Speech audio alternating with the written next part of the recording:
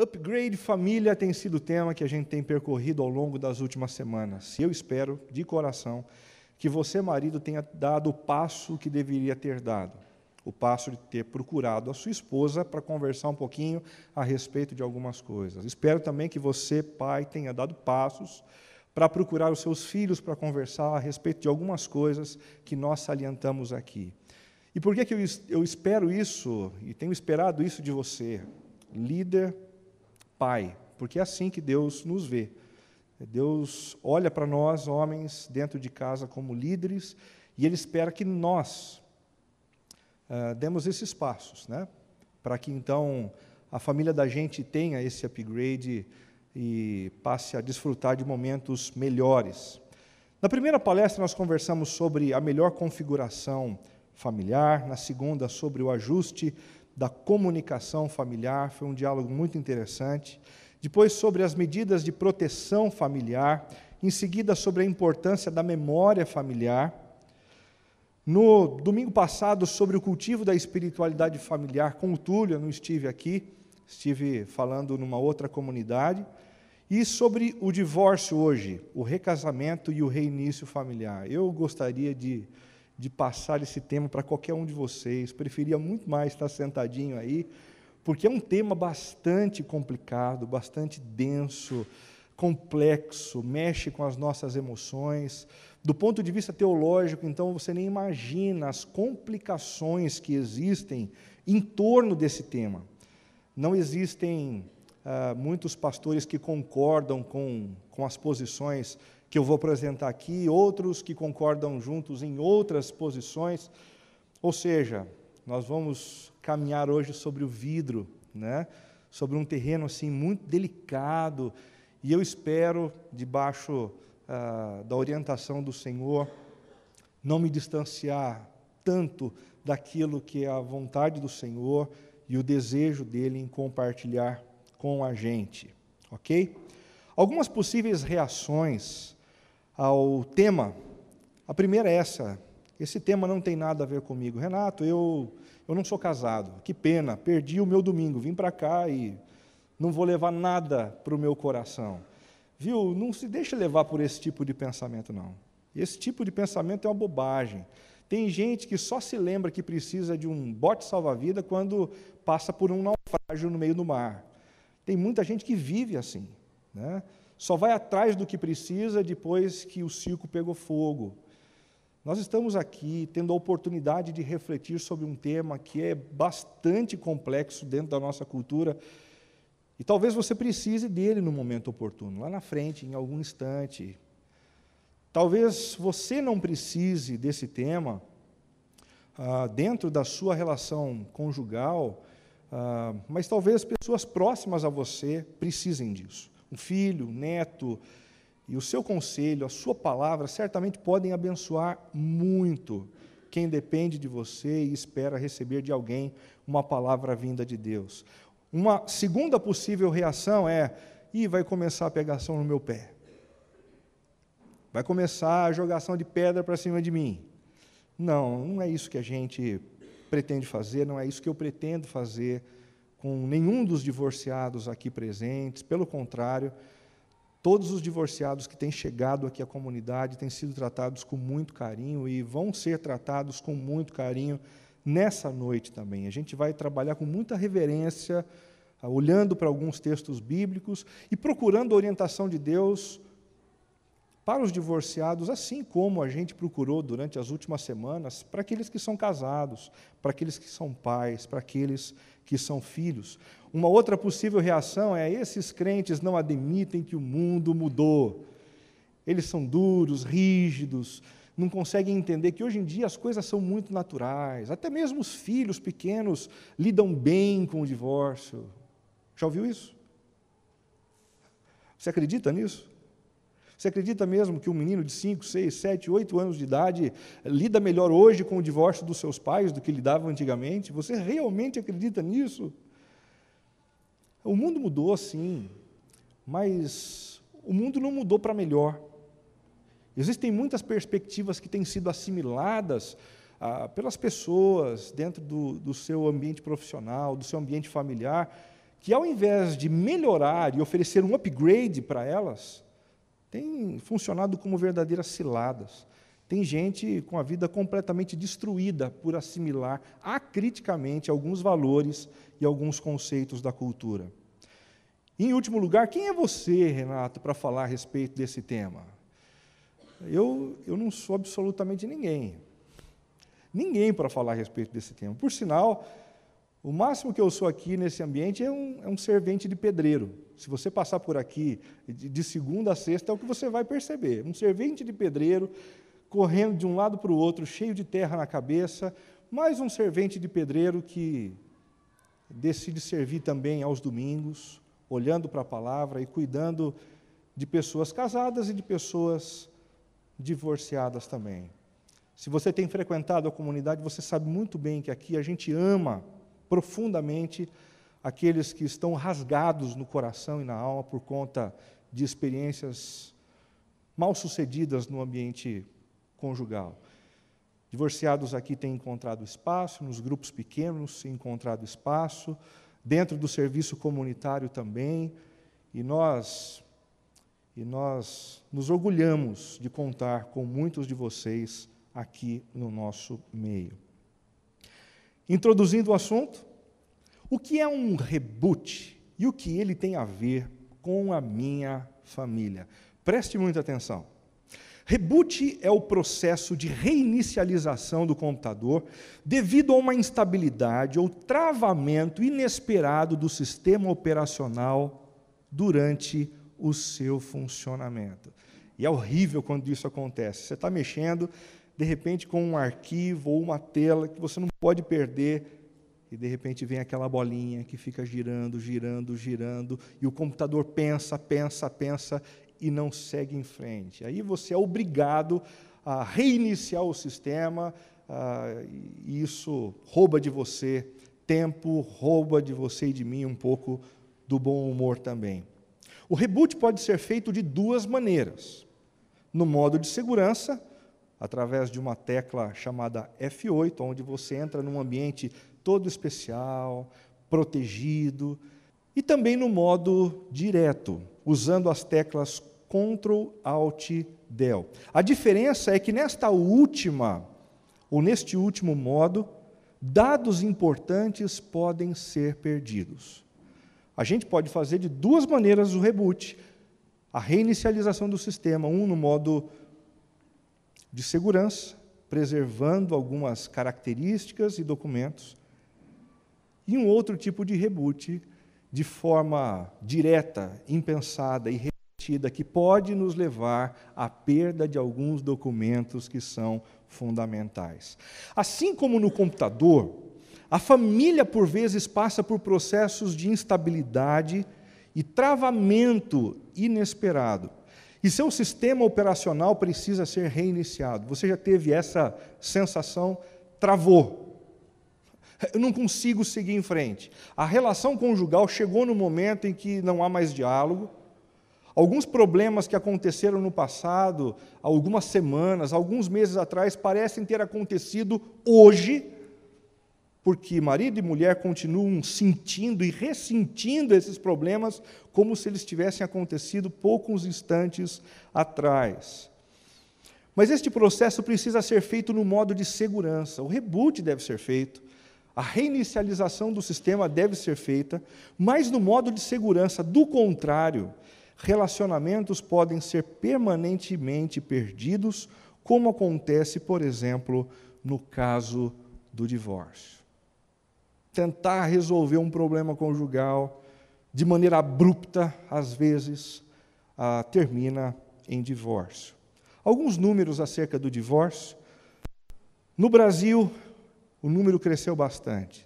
160% nos últimos 10 anos, o que representa algo em torno de um divórcio a cada 4 casamentos. No que diz respeito à natureza das separações, 75,9% são consensuais e 24,1% são não consensuais, o que torna o processo de divórcio ainda mais complicado. Se você já passou por um divórcio, você sabe muito bem do que eu estou falando. Quando é simplesmente é consensual, os dois assinam um papel, tudo anda muito mais rápido. Mas se vai para a justiça, se tem briga por conta dos filhos, se tem briga por conta de pensão, de bens, como a vida é atrasada, como a gente perde nesse ambiente a nossa estabilidade, o nosso humor, a nossa alegria.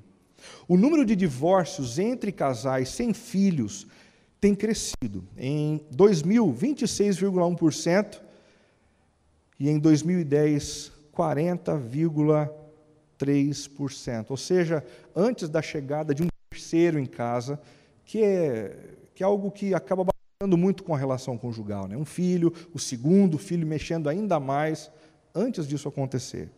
Homem e mulher já não têm se entendido muito, e a tolerância para lidar com as diferenças, para lidar com os problemas, também tem aumentado. Em 2010, 40,9% dos divórcios acometeram casais com menos de 10 anos de relacionamento. Deu para perceber? Em 2010, nós estamos falando de um número tão recente assim, 40,9%, com menos de 10 anos de casamento, surge o divórcio.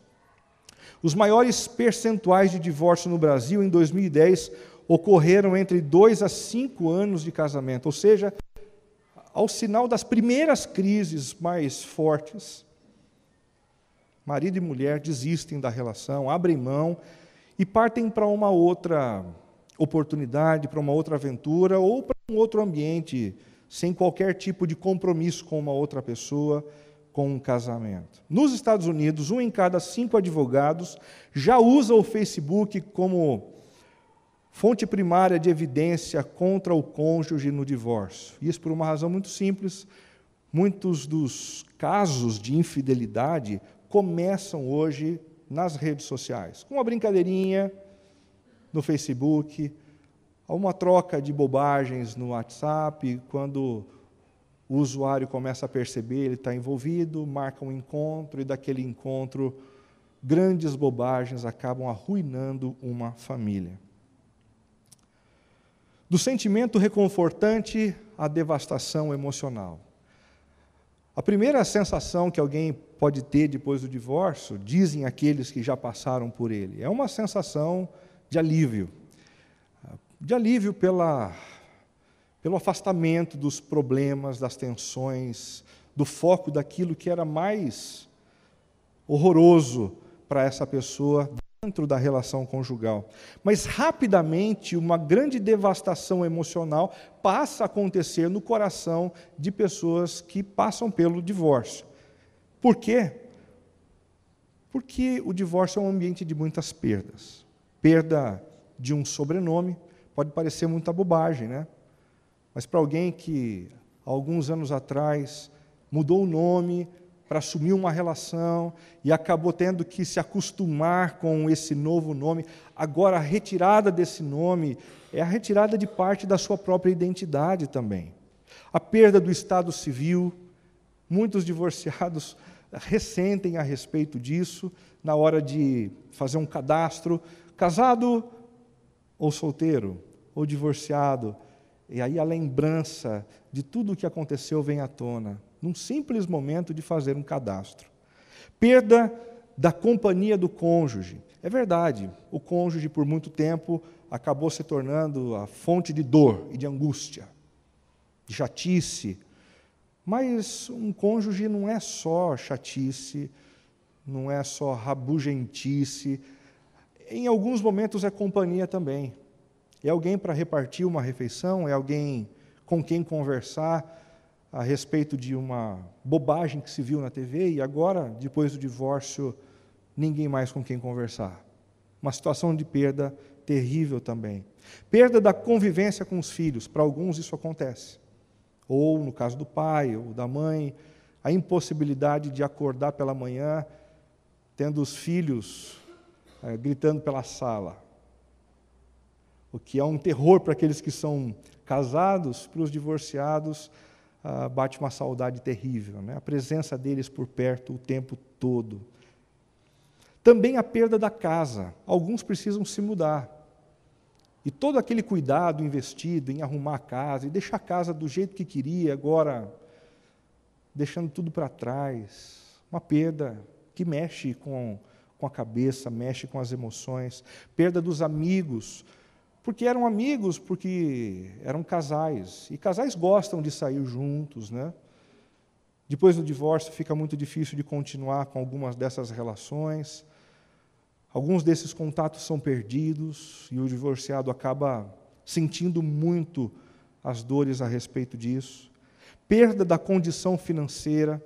Dificilmente os dois cônjuges continuam com o mesmo padrão financeiro. Depois do divórcio, pelo menos uma das partes acaba sentindo bastante, sofrendo bastante, tendo que se reinventar profissionalmente para levantar o seu próprio sustento. E por último, eu menciono aqui a perda da autoestima diante daquela sensação de, caramba, eu fracassei. Eu me dediquei durante algum tempo, eu queria que desse certo, mas não foi dessa vez. Outros amigos continuam casados, outros amigos continuam saindo para comer pizza, mas isso não acontece mais comigo. Perda da autoestima. O importante é a gente perceber que Deus nunca sonhou com o divórcio. Divórcio não foi sonhado por Deus. Essa situação que tem arrasado e devastado a vida de muitos de nós aqui, não foi planejada pelo Senhor. Quando Ele criou o universo, Ele não disse assim, eu vou criar o divórcio para ver se de alguma forma algumas pessoas aí recebem um castigo adequado da minha parte. Não, Ele não sonhou com isso. O divórcio é consequência de uma série de outras coisas que a gente vai conversar nessa noite, com base no texto de Mateus capítulo 19. Abra o seu coração para a gente conversar sobre o conteúdo desse episódio. Não deixe o disjuntor cair no meio da nossa conversa aqui. E eu prometo para você que você vai se surpreender com a revelação bíblica a respeito desse tema e do recasamento no final dessa mensagem. Tá bom? Versículo 1. Quando acabou de dizer essas coisas, Jesus saiu da Galiléia e foi para a região da Judéia, no outro lado do Jordão. Grandes multidões o seguiam e ele as curou ali. Alguns fariseus aproximaram-se dele para pô-lo à prova e perguntaram-lhe: é permitido ao homem divorciar-se de sua mulher por qualquer motivo? Ele respondeu: vocês não leram que no princípio o Criador os fez homem e mulher? E disse, por esta razão, o homem deixará pai e mãe e se unirá à sua mulher, e os dois se tornarão uma só carne. Assim eles já não são dois, mas sim uma só carne. Portanto, o que Deus uniu, ninguém separe. Perguntaram eles. Então, por que Moisés mandou dar uma certidão de divórcio à mulher e mandá-la embora? Jesus respondeu: Moisés permitiu que vocês se divorciassem de suas mulheres por causa da dureza de coração de vocês, mas não foi assim desde o princípio. Eu lhes digo que todo aquele que se divorciar de sua mulher, exceto por imoralidade sexual, e se casar com outra mulher, estará cometendo adultério. Os discípulos disseram: se esta é a situação entre homem e mulher, é melhor não se casar.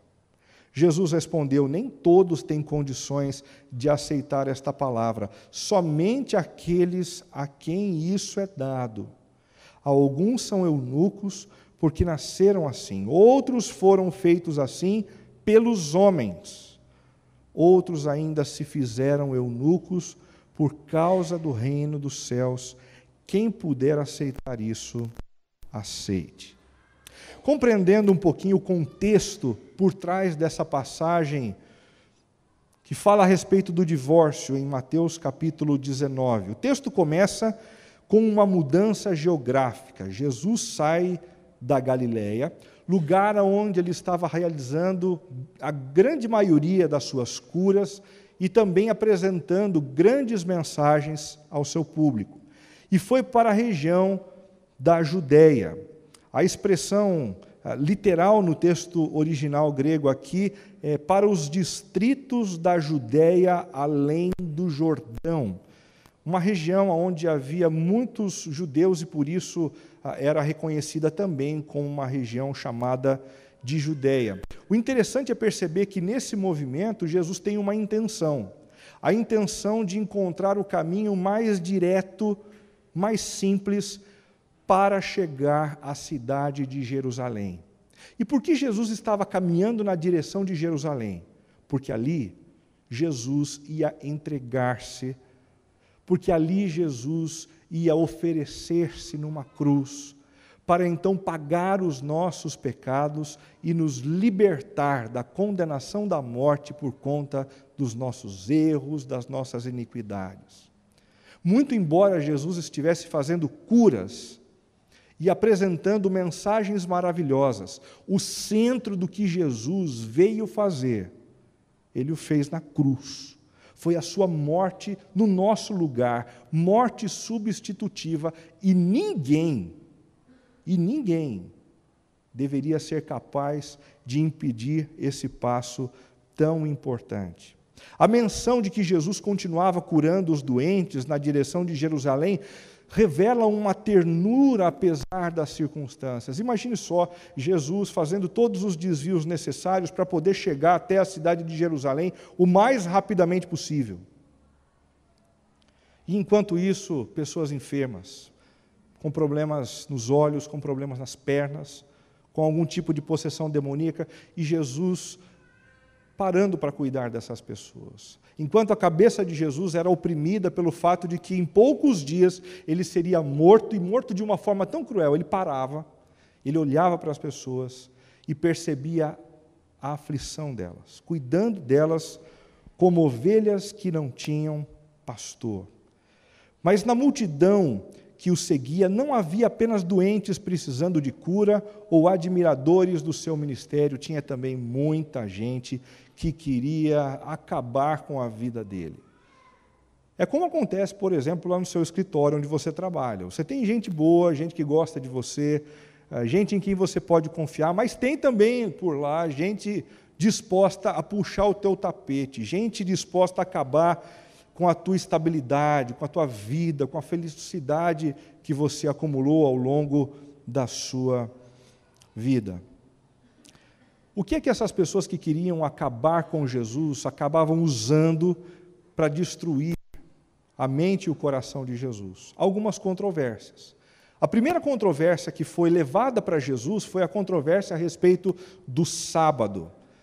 Alguns judeus começaram a perceber que, apesar da lei instituída de não trabalhar, de não fazer nada no sábado, os discípulos de Jesus colhiam espiga para comer. Então, alguns judeus se aproximavam de Jesus e diziam assim: ei, espera um pouquinho, que história é essa? Os seus discípulos são descumpridores da lei. Jesus diz assim: vocês não entenderam absolutamente nada. Nós não fomos criados para a lei, mas a lei foi criada para nos ajudar. Eles só estão colhendo porque eles estão com fome. Eles trabalharam arduamente durante todos os últimos dias e agora eles precisam comer. Vocês não entenderam a lei. Essa foi a primeira controvérsia. E a segunda controvérsia trazida para Jesus agora é a controvérsia a respeito do divórcio. A pergunta trazida por esses homens que queriam prejudicar Jesus e acabar com a moral dele foi: é permitido ao homem divorciar-se de sua mulher por qualquer motivo? A questão aqui não era sobre a legitimidade do divórcio, se o divórcio podia ou se não podia. Sabe por quê? Porque nesse momento, o divórcio era aceito por todos os judeus. Eles se baseavam num texto do Antigo Testamento, lá do livro de Deuteronômio, que falava a respeito da carta de divórcio. Então, se Moisés, o grande legislador, falou sobre a carta de divórcio, o divórcio é permitido, então a questão é sobre o motivo. Que motivo é justo? Que motivo justifica um passo como o passo para o divórcio?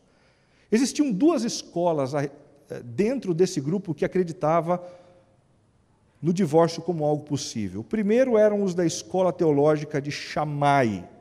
Eles acreditavam que Deus permitiu o divórcio apenas no caso da imoralidade sexual. A gente vai conversar um pouquinho mais a respeito desse termo, da imoralidade sexual.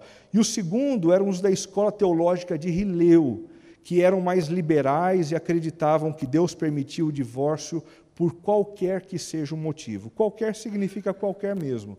A esposa não satisfez as minhas vontades, não cuidou das minhas coisas, eu usar por fora. O meu marido anda voltando tarde demais e eu não sei o que ele está fazendo, então, ao invés de conversar, eu abro mão e parto para um novo relacionamento. É permitido, Jesus, ao homem divorciar-se de sua mulher por qualquer motivo? Essa pergunta era muito capciosa, porque ela ia dividir o grupo daqueles que estavam seguindo Jesus naquele momento. Metade era do grupo da escola teológica de Shammai, metade era da escola teológica de Hileu, e ele não tinha como sair com a admiração de ambos os grupos. A tentativa era a tentativa de destruir a imagem de Jesus. E então ele tem o desafio de responder essa pergunta, e ele o faz apresentando o seu pensamento a respeito do divórcio. O que Jesus pensa a respeito do divórcio? Em primeiro lugar, Jesus pensa que o divórcio não é uma alternativa frente ao desgosto por uma relação conturbada. Vou ler de novo. Para Jesus, o divórcio não é uma alternativa. Para Jesus, o divórcio não é uma alternativa. Principalmente frente ao desgosto por uma relação conturbada, difícil, truncada. Nos versículos de 4 a 6, Jesus diz: no princípio, o Criador de todas as coisas, aquele que idealizou o universo e fez tudo com um propósito muito bem definido, ele os fez homem e mulher. E disse: por esta razão o homem deixará pai e mãe, se unirá à sua mulher, e os dois se tornarão uma só carne. Assim, eles já não são dois, mas sim uma só carne. Portanto, o que Deus uniu, ninguém os separe. Com essas palavras, Jesus apresenta o ambiente conjugal ideal, aonde Deus promete a sua bênção. Que ambiente é esse? O ambiente entre um homem e uma mulher. O homem e a mulher foram criados de maneira muito bem pensada pelo Criador, de tal forma a serem diferentes e, ao mesmo tempo, complementares. Quando um homem e a mulher se encontram, eles têm duas sensações: a sensação de desespero e a sensação de atração. Num primeiro momento, as crianças têm mais a sensação de desespero, né? Quando eu pergunto para os meninos: e as menininhas lá na escola? Que menininha? O horror pelas menininhas na escola, porque elas são tão difíceis, né? Como poder conviver com garotas que não gostam de futebol? Eles não admitem muito essa possibilidade. E, da mesma forma, as meninas se sentem muito constrangidas perto dos meninos. Como eles são trogloditas, insensíveis, né? Mas, à medida em que o tempo vai passando, os hormônios colocados por Deus no coração de meninos e meninas faz com que eles olhem um para o outro de maneira diferente. E tudo o que eles querem é furar a bola de futebol e encontrar a garota dos sonhos, o menino dos sonhos, para então ter nessa relação uma relação de satisfação e de muita alegria. Uma relação entre um homem e uma mulher. Esse é o ideal de Deus. Qualquer tipo de relação que a sociedade desenhe, diferente desse padrão estabelecido por Deus, são alternativas, são projetos, são escolhas baseadas no coração do próprio homem, inventadas pelo próprio homem, e sobre as quais o Senhor não tem nenhum tipo de responsabilidade. Ele se responsabiliza pelo relacionamento entre um homem e uma mulher. Ele promete a eles a sua bênção. E neste contexto, ele promete gerar harmonia e paz. Em segundo lugar, capazes de deixarem pai e mãe. Esse é o projeto original. Homem e mulher se encantam um pelo outro e são capazes de abandonar pai e mãe para então se ligarem um ao outro de maneira profunda. É curioso perceber que em alguns casamentos isso não acontece. Ou o marido ou a esposa não tiveram a maturidade suficiente para deixar a mamãe, para deixar o papai. E a influência do sogro e da sogra acabam sendo determinantes para que um verdadeiro inferno detone a relação conjugal estabelecida por eles. Em terceiro lugar, dispostos a unirem-se um ao outro. E é exatamente essa expressão, uma só carne, que surge no texto bíblico como a revelação de um mistério que acontece quando um homem e uma mulher assumem um compromisso e têm uma relação conjugal, uma relação sexual. Eles se tornam uma só carne. Casamento, dentro de uma perspectiva bíblica, não é aquela cerimônia onde uma noiva entra de branco, o marido de terno, onde algumas músicas são cantadas. O casamento é consumado, numa perspectiva bíblica, no ato sexual. Quando um homem e uma mulher se deitam, eles consumam a sua relação como marido e como mulher. Eles se tornam ali uma só carne. Alguns de nós nunca pensamos nisso, mas por conta da maneira como nós lidamos com a nossa sexualidade, talvez alguns aqui tenham mais do que uma esposa. Talvez alguns aqui tenham tido muito mais do que um casamento. Quando a gente se deita com uma mulher, quando um homem se deita com uma mulher, e quando uma mulher se deita com um homem, eles se tornam uma só carne. E por último, numa relação de compromisso irrevogável. Por quê? Porque eles se tornaram uma só carne. A melhor maneira da gente entender isso é pensando o que acontece com duas folhas de sulfite quando a gente coloca super bonder nas faces dessas folhas e a gente coloca uma frente à outra. Elas se unem de tal forma que elas se tornam uma só. E qualquer tentativa de separar essas duas folhas, qualquer tentativa, vai gerar danos para ambos os lados. Você tenta rasgar, tem fissura. Você tenta separar um homem e uma mulher, tem cicatriz. Talvez seja por isso que um monte de gente, depois de tantas aventuras sexuais, se sente rasgado emocionalmente e não sabe por quê. Inseguro, temeroso, com dificuldades na área sexual. E a gente não sabe o que é. E a gente imagina que pode ser o clima, o efeito estufa, uma série de outras coisas, menos a maneira como a gente tem lidado com a nossa sexualidade. A gente não consegue ver a gravidade.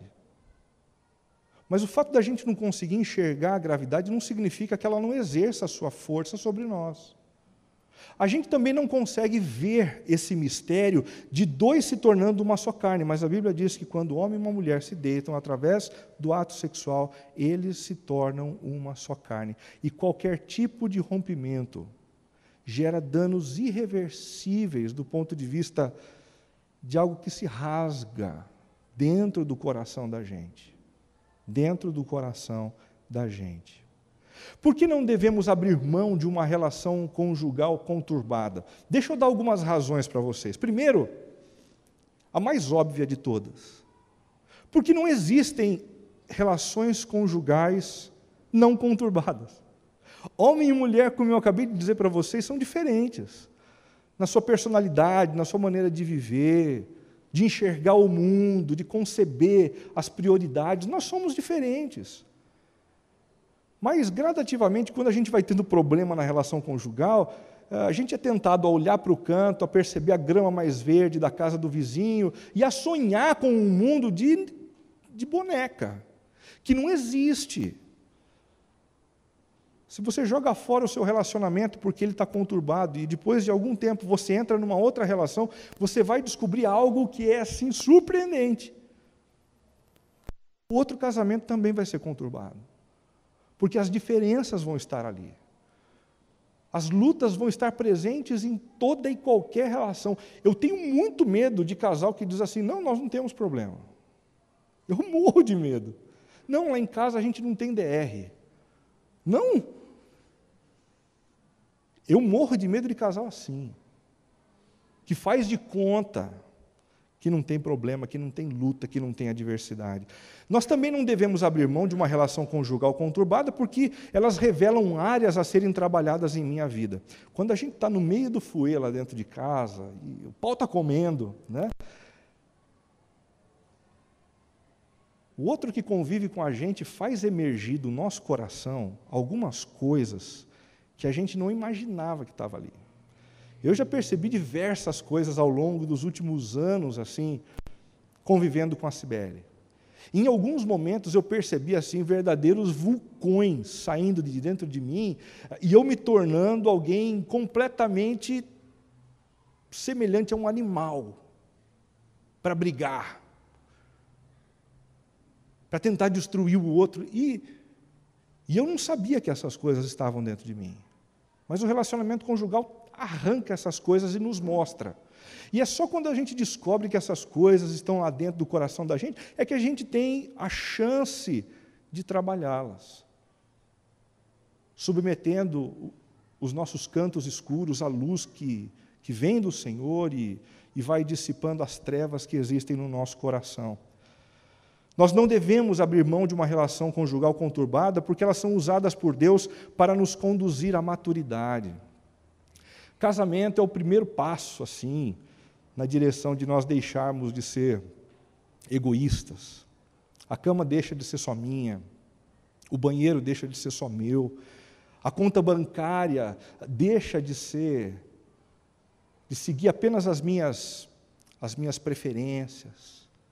Eu começo a ter que dividir, e isso me arranca de dentro de mim. É por isso que eu temo casais que começam com tudo dividido, com tudo separado, e nunca se unem. Casais que vivem dessa forma perdem a chance de experimentar exatamente isso que a gente está conversando aqui. O trabalho de Deus usando aquele ambiente para nos arrancar de dentro do nosso próprio egoísmo, da nossa vaidade boba, tola, do nosso orgulho xarope. E, por último, podem ser revertidas pelo poder e pela graça de Deus. Relações conturbadas podem ser revertidas, restauradas e redimidas. Por trás de uma montanha íngreme e repleta de dificuldades, há sempre uma praia gostosa onde se pode curtir um bom tempo conjugal com o companheiro e com a companheira. Depois vem outra montanha dura, difícil, árdua, mas depois dessa montanha dura, difícil e árdua, um outro ambiente gostoso para se desfrutar. Elas podem ser revertidas pelo poder e pela graça de Deus. O divórcio, em primeiro lugar, para Jesus, não é uma alternativa. Não é porque Jesus é preconceituoso, não é porque Jesus é retrógrado, é porque quando Ele criou o casamento, Ele criou para que homem e mulher se tornassem, no sexo, uma só carne. Qualquer tentativa de separar isso gera danos irreversíveis. Segundo lugar, o divórcio é uma consequência direta da dureza do coração humano. É o que Jesus fala. Então, por que Moisés mandou dar uma certidão de divórcio à mulher e mandá-la embora? Jesus respondeu: Moisés permitiu que vocês se divorciassem de suas mulheres por causa da dureza de coração de vocês, mas não foi assim desde o princípio. Esse texto esconde uma surpresa muito interessante. Perceba que os acusadores de Jesus, aqueles que querem constrangê-lo, afirmam o seguinte: Moisés mandou, Moisés legislou e deu uma ordem, e se ele estabeleceu essa ordem, essa é a lei. Mas quando Jesus fala a respeito do que aconteceu em Deuteronômio capítulo 24, se não me engano, ele afirma que Moisés permitiu. Ou seja, a carta de divórcio mencionada no Antigo Testamento não era uma nova lei, como se Deus tivesse mudado de opinião. Quer saber, eu acho que eu fui rigoroso demais com essa história de fazer um homem e uma mulher se tornarem uma só carne. Então vamos fazer o seguinte, vamos mudar a regra do jogo. Não vai ser mais assim. Não é o que está acontecendo. Ele está dizendo o seguinte: Moisés não legislou, ele apenas permitiu, frente às fatalidades que estavam acontecendo ao redor dele. Por quê? Por causa da dureza do coração. Como a dureza de coração pode ser caracterizada numa relação conjugal? Em primeiro lugar, pela indisposição de perdoar. Às vezes o coração da gente vai embrutecendo, e a gente não consegue deixar sair nada de doce do coração da gente. Só saem palavras duras. Às vezes, o que acontece é o seguinte: a gente vai entrando em descompasso na relação conjugal. Isso já aconteceu com você ou é só comigo? Às vezes eu estou duro, a Sibeli está mais maleável. Aí, de repente, eu digo assim: não, eu vou ficar mais maleável. Ela endurece. E a gente tem dificuldade, às vezes, de estar mole no mesmo momento. Isso já aconteceu com você? Dureza de coração. Seja por um período curto ou por um período longo, intercalando com o outro ou não. Dureza de coração. Segundo, indisposição de reconhecer os erros. Mesmo quando o outro coloca um projetor multimídia e passa a cena do que aconteceu, o outro nega. Ou isso só acontece no meu relacionamento conjugal? A gente tenta contar para o outro: você pisou na bola, você me feriu, você me machucou, essa sua postura drena as minhas energias. E o outro nega. Nega veementemente. Dureza de coração. Essa dureza também pode ser caracterizada pela indisposição de resolver problemas. Olha, problema no relacionamento conjugal, vamos falar a verdade, gente. Todo mundo tem. Todo mundo tem, e tem mais do que gostaria. O problema é quando a gente não resolve esses problemas rapidamente. Tem gente que briga num dia, de manhã, à tarde senta, bate um papo, resolve. A vida segue. Mas existem outros casais que depois de um momento de briga e de discussão, acabam amargurando e levando esse negócio para o dia seguinte, para a semana seguinte, para o mês seguinte, e não tem casamento de mais de 5 anos que aguente um negócio como esse. Você imagina um café da manhã com a esposa colocando sobre você todos os seus erros dos últimos 5 anos, o seu marido olhando para você como quem diz: eu sei o que você fez no verão passado, e eu não vou esquecer esse negócio. Essa relação é impossível, é inviável, não tem como acontecer. Por último, a indisposição de lutar pela aliança conjugal. A aliança conjugal é algo que a gente estabelece num determinado dia, mas é algo pelo qual a gente precisa lutar todos os dias. É uma opção diária, e uma opção que precisa ser feita mais responsavelmente no meio das crises, no meio dos problemas. Quando tudo vai bem, você nem lembra da aliança. Mas se existe um momento em que você precisa usar esse negócio que você põe no dedo, que te remete à aliança do coração, é no momento da adversidade, no momento da crise, no momento da bagunça. A dureza do coração que se caracteriza dessas formas. Que males maiores Moisés pretendia resolver quando ele permitiu o divórcio no Antigo Testamento? Deixa eu dar alguns exemplos para vocês. O da infidelidade compulsiva e desenfreada. Alguns marmanjos lá daquele tempo estavam pensando o seguinte: não pode divorciar? Beleza. Beleza, porque agora eu vou começar a sair com tudo quanto é mulher, e a minha esposa tem que engolir esse sapo. Meu casamento não vai acabar mesmo. Não vou ficar longe dos meus filhos, não vou perder a casa, não vou perder os amigos. E na hora de sair com os amigos, eu aperto ela dizendo assim: se você falar alguma coisa, eu arrebento você em casa. Era assim que alguns homens estavam lidando com as suas mulheres. Então Moisés diz: quer saber de uma coisa? Estou aqui, a permissão para a carta de divórcio. Não porque Deus mudou de ideia com relação à eternidade, ou à eternidade não, ao prazo até a morte para o casamento, mas porque uma pessoa estava sendo lesada dentro da relação. Segundo lugar, o assédio moral crônico e desintegrador.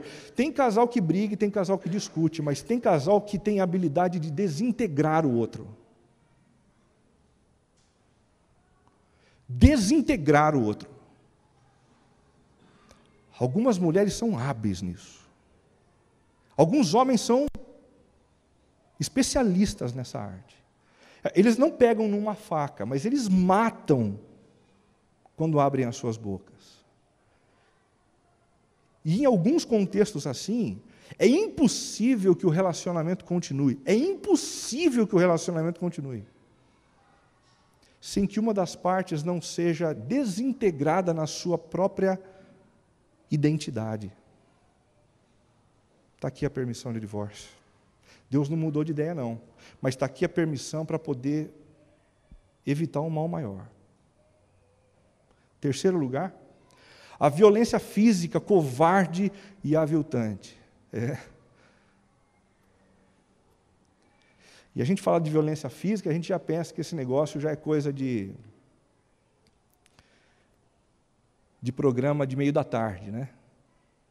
Coisa que acontece na favela, onde a mulher bate no marido, o marido bate na mulher. Dentro dos nossos condomínios, esse negócio acontece de maneira muito mais normal do que a gente imagina ou do que a gente gostaria de ver. Acontece.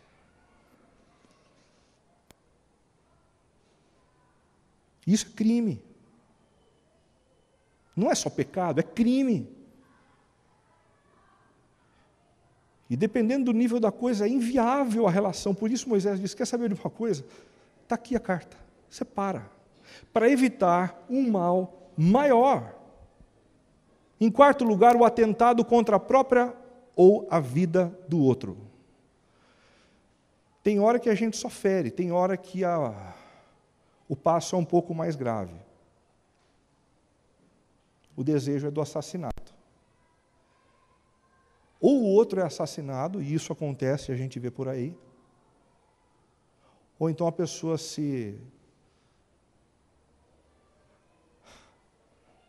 acaba consigo mesma. Ela se suicida, ela tira a sua própria vida. Diante desse quadro, Moisés diz: quer saber de uma coisa? Está aqui a carta. Deus não mudou de ideia. O casamento é para sempre, mas nessas circunstâncias está aqui. Para evitar um mal maior. Evitar um mal maior. Em terceiro lugar, o que Jesus pensa sobre o divórcio? O divórcio não é uma realidade admissível por qualquer que seja o motivo ou a razão. Aquele negócio da escola de Hillel. Não, qualquer coisa. Eu não acordei legal hoje, quero separar. O divórcio não é uma realidade admissível sob qualquer condição. Eu lhes digo que todo aquele que se divorciar de sua mulher, exceto por imoralidade sexual, e se casar com a outra mulher, estará cometendo adultério. Aqui Jesus coloca uma cláusula de exceção, que é a cláusula da imoralidade sexual. Só para a gente entender um pouco mais esse termo vem do grego porneia, da onde deriva-se a palavra pornografia, da onde se deriva no português também o adultério, a fornicação. a prostituição e todos os males de ordem sexual. Por que que a imoralidade pode ser considerada um motivo considerável para o divórcio? Porque através da relação sexual nos tornamos uma só carne com um terceiro também. E aí o estrago tá feito. Quando um homem se deita com sua esposa, ele está tendo ali com ela a experiência mística, milagrosa de se tornar uma só carne. Quando o marido ou a mulher decidem fazer isso com o outro, eles também se tornam com o outro uma só carne.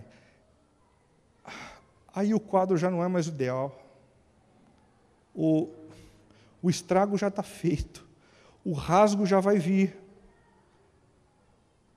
Em segundo lugar, porque Deus tem o compromisso de zelar pela vida daqueles que são oprimidos.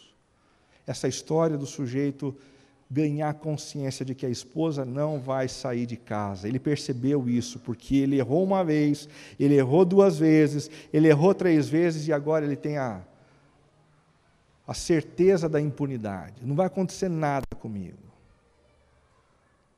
Deus tem o compromisso de zelar pela vida daqueles que são oprimidos. Portanto, Moisés diz, toma aqui a carta de divórcio. Eu não vou permitir que isso seja feito. Mateus 9, de 9 a 10, é um texto muito bonito que fala sobre a maneira como Deus olha o oprimido. Olha só que interessante. O Senhor é o refúgio para os oprimidos, uma torre segura na hora da adversidade. Os que conhecem o teu nome confiam em ti, pois tu, Senhor, jamais abandona os que te buscam. Você está sofrendo por conta da sua relação conjugal? Por conta das brigas intermináveis? Por conta da opressão e da infidelidade constante da pessoa que prometeu te amar para o restante da vida? Eu queria que você saísse daqui com a convicção de que os olhos do Senhor estão sobre você. E não vai faltar graça do Senhor para a sua vida ao longo dessa semana. O Senhor vai acompanhar você, o Senhor vai derramar o amor dEle sobre a sua vida e você vai permanecer de pé pela graça e pelo poder dEle. Em quarto e último lugar, o que Jesus pensa sobre o divórcio? E agora talvez a gente chegue no momento mais delicado da mensagem. Porque Jesus diz assim, o divórcio consumado não concede o direito inalienável para um novo casamento. Respira, espera um pouquinho, não deixa o disjuntor cair. Fica comigo, confia em mim. Mas o que Jesus pensa é exatamente isso. O divórcio consumado não concede o direito inalienável para um novo casamento. Vamos ler o texto? Eu lhes digo que todo aquele que se divorciar de sua mulher, exceto por imoralidade sexual, e se casar com outra mulher, estará cometendo adultério. Esse tipo de pensamento de Jesus foi ampliado pelo apóstolo Paulo em Romanos capítulo 7, de 1 a 3. Preste atenção nisso aqui. Meus irmãos, falo a vocês como a pessoas que conhecem a lei de Deus. Acaso vocês não sabem que a lei tem autoridade sobre alguém apenas enquanto ele vive? Por exemplo, pela lei a mulher casada está ligada a seu marido enquanto ele estiver vivo. Mas se o marido morrer, ela estará livre da lei do casamento. Por isso, se ela se casar com outro homem enquanto seu marido ainda estiver vivo, ela será considerada adúltera. Mas se o marido morrer, ela estará livre daquela lei, e mesmo que venha a se casar com outro homem, não será adúltera. Respira um pouquinho mais. Me dá mais alguns minutinhos de crédito. Por que Jesus e o apóstolo Paulo foram tão duros quanto ao recasamento? Em primeiro lugar, porque não queriam conspirar contra a própria essência do casamento, um homem e uma mulher unidos pelo matrimônio até que a morte os separe. Não faz sentido, gente. Diante do mistério criado por Deus e que acontece com a gente quando a gente se une com uma outra pessoa, a gente se torna uma só carne, Jesus falar a respeito de um recasamento, incentivar esse tipo de coisa, seria um contrassenso. Ele iria contra a sua própria palavra. Ele poderia ser considerado maluco. Em segundo lugar, porque não queriam estimular cônjuges descontentes a deixarem suas relações em meio às crises naturais da vida para procurarem um casamento feliz. Consegue imaginar um sujeito passando por um momento difícil na relação conjugal? Daí ele diz assim: ai, Senhor, eu queria tanto que o Senhor falasse sobre alguma coisa para o meu coração. Daí o sujeito pega a Bíblia e faz assim, e coloca o dedo. E naquele dia cai no texto bíblico onde Jesus fala de recasamento. Entendi. Deus me mandou fazer o quê? Separar e casar com uma outra pessoa. Não tem senso. Não é inteligente. É contra a própria palavra dele. Terceiro lugar, porque eles não queriam conceder aos cônjuges separados uma espécie de anistia contra a necessidade de exercitarem o perdão e darem passos para a reconciliação. Alguns casais já estavam separados. E se tivesse nas Escrituras algum tipo de menção a respeito do recasamento, isso seria um belo de um incentivo ao cara separado a nunca mais olhar para trás. E o que Jesus quer fazer é exatamente o contrário. Você está divorciado ou separado da sua mulher, o desejo do meu coração, meu filho, é que você volte para ele, que você volte para ela. E se você precisa se reinventar para isso, faça isso. Se você precisa perdoar o outro, faça isso. Dê passos para voltar para a sua relação, porque vocês são uma só carne. Em quarto lugar, porque ele não queria incentivar divorciados desprovidos de uma profunda revisão de suas vidas a entrarem num novo casamento onde pudessem causar danos. Sabe aquele negócio de sair de uma relação e pular imediatamente numa outra? Jesus queria evitar exatamente isso. Cara, se você saiu de uma relação, você saiu por conta da dureza do coração. E a dureza do coração não é só do outro, não. Tem até uma brincadeira que o pessoal diz por aí, né, que casamento é 50%. É 50-50. Tem erro de um lado, tem erro do outro. E se a gente pula de um casamento para o outro, de um casamento para o outro, rápido demais, sem nenhum tipo de reflexão sobre a minha parcela de responsabilidade no que aconteceu, eu tendo a gerar os mesmos problemas na outra relação. Ou seja, o que Jesus está fazendo não é ser um legalista. O que ele está tentando é ser um pai amoroso. Ele quer cuidar de você para que você não se arrebente lá na frente. Mas uma última pergunta. Embora a Bíblia não incentive o recasamento, olha só, presta atenção nisso. Embora a Bíblia não incentive o recasamento, Deus o reconhece? Resposta: sim. Deus reconhece o novo casamento. Da mesma maneira como ele reconheceu os 5 casamentos da mulher samaritana a quem saciou a sede. Vocês se lembram dessa história? Jesus vai até um lugar para beber água de uma fonte e ele percebe ali uma mulher e eles travam uma conversa muito interessante onde ela fala da sede da alma dela. E Jesus diz assim: vai chamar o seu marido, tentando tocar na ferida do coração daquela mulher. Ela diz: eu não tenho marido. Ela disse: muito bem, você não tem agora, mas já teve 5. e estava tentando saciar a sua sede pulando de galho em galho. Hoje você está com um outro que nem marido seu é. Mas o fato é que Jesus reconhece com as próprias palavras que aquela mulher havia tido outros maridos. Essa é a palavra bíblica. Embora Jesus não incentive o recasamento, ele reconhece. Reconhece sim. Da mesma maneira como reconheceu que até mesmo a relação com uma prostituta constitui uma só carne. Ele está falando ali aos casados, ele diz assim, viu, se você sair da sua relação numa sexta-feira à noite, enganar a esposa e for parar,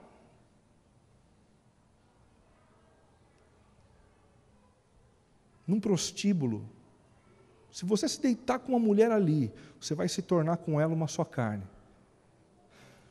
Com isso ele está reconhecendo a possibilidade disso acontecer num outro momento, num outro contexto. E, em último lugar, ele reconhece, sim, o recasamento, da mesma maneira como redimiu relacionamentos complicados do passado e mudou a sorte deles. Deixa eu contar para você a história de um sujeito para a gente terminar aqui. O nome desse sujeito era Davi, um dos homens mais respeitados na história de Israel por conta da sua vida profissional, trabalho como rei. Mas a vida afetiva e relacional dele era um caco. Certa vez, quando todo mundo partiu para a batalha, ele ficou no palácio. E os olhos dele foram parar num lugar de banho, onde uma mulher linda estava se banhando. E mente vazia é a oficina do capeta, né? Ele foi até aquela mulher, se encontrou com ela, teve um relacionamento sexual com ela, acabou se apaixonando por ela e para resolver aquele constrangimento, ele matou o marido daquela mulher. E ele decidiu se casar com aquela mulher. Se você fosse Deus, o que é que você faria com essa relação? Eu não sei o que você faria, mas se eu fosse Deus, eu diria assim, quer saber de uma coisa? Eu nunca vou abençoar uma relação como essa. Eu nunca vou celebrar um casamento como esse. Eu nunca vou dar atenção e a trela para um negócio como esse. Nunca. Graças a Deus, o que eu penso não é o que pensa a mente do Senhor. Deus é muito mais bondoso e muito mais gracioso do que eu. E Deus decidiu ter compaixão da vida de Davi e Batseba. E ele disse assim, eu não incentivei esse negócio, mas eu vou reconhecer essa relação. Mais do que isso, eu vou entrar nessa relação. Eu vou entrar aí. Eu vou fazer parte dela. E eu vou fazer com que vocês se tornem o melhor casal possível. E a prova de que eu estou com vocês é que eu vou abençoar a vida de vocês. E a aliança de Deus foi estendida naquela família sobre a vida do filho deles, chamado de Salomão. Dr. John Piper, pastor presbiteriano, que pensa da mesma forma como eu, disse certa vez assim, minha posição é que mesmo que você entre num casamento no qual não deveria entrar, Deus pode resgatá-lo devido à natureza da graça e à habilidade de Deus em redimir as coisas que nunca deveriam ter acontecido e as usar para a sua glória. Essa é a natureza do nosso Deus. Um Deus perfeito que criou um mundo com leis perfeitas para nos preservar. Mas nós somos pecadores, indignos, e quando avançamos o sinal vermelho, Ele não nos abandona, porque Ele não se divorcia como nós nos divorciamos por aí. E a fidelidade dEle dura para sempre. E quando era para dar errado, Ele entra e diz assim, quer saber de uma coisa? Pela minha graça eu vou abençoar.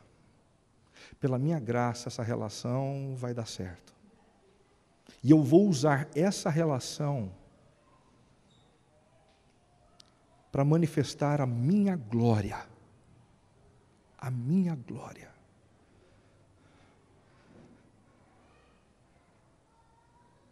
Você está no seu segundo casamento? Você está no teu terceiro casamento? As dores que você acumulou por conta das experiências anteriores, não foi sonhada por Deus. As consequências que você está tendo que lidar em termos de pensão, distância dos seus filhos, não foi idealizada pelo Senhor. Mas você quer saber de uma coisa? Deus decidiu te abençoar. E Ele vai entrar nessa tua relação. E Ele vai cuidar da sua vida. E Ele vai usar esse teu novo casamento para proclamar a glória dEle. Você tem sentido o desejo de divorciar-se? Não faça isso. Não existe casamento tão ruim que não possa ser consertado.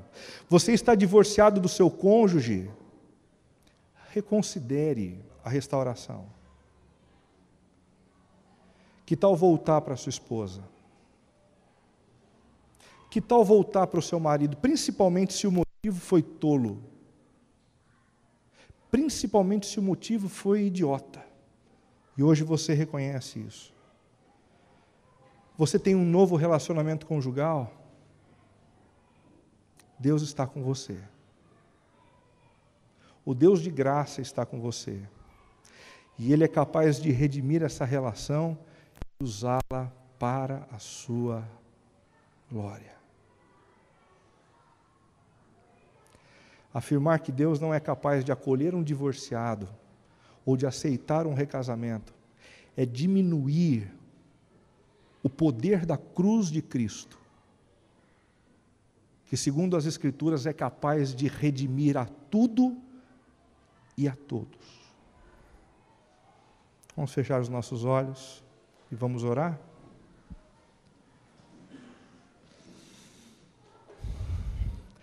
Senhor, muito obrigado por esse tempo de conversa.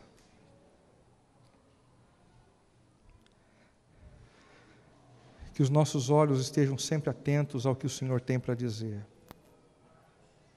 Fortalece os nossos relacionamentos conjugais aqui representados. Não permita que a intransigência, o orgulho, a vaidade nos levem a um passo precipitado de separação e divórcio. Mas se isso aconteceu por conta da dureza de coração na vida de alguns aqui, derrama sobre eles a tua graça.